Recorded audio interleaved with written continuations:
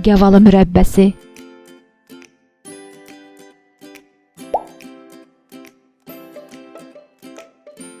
Gavalının əti və qabığı pektinlərlə, selülozla zəngindir. Bunun nəticəsində gavalı həzmi yaxşı tənzimləyir, qəbzliyi aradan qaldırır.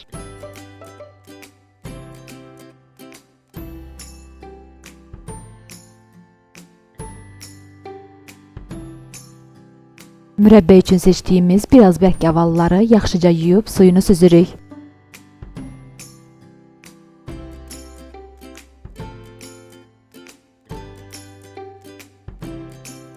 Ortadan bölüb çəyirdəklərini çıxardırıq.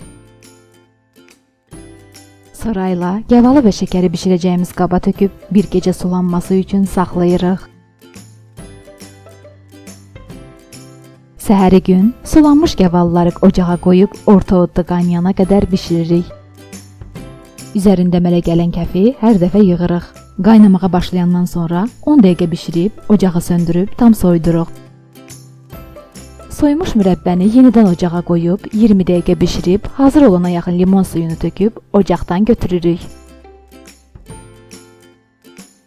Soyudub təmiz bankalara yığırıq.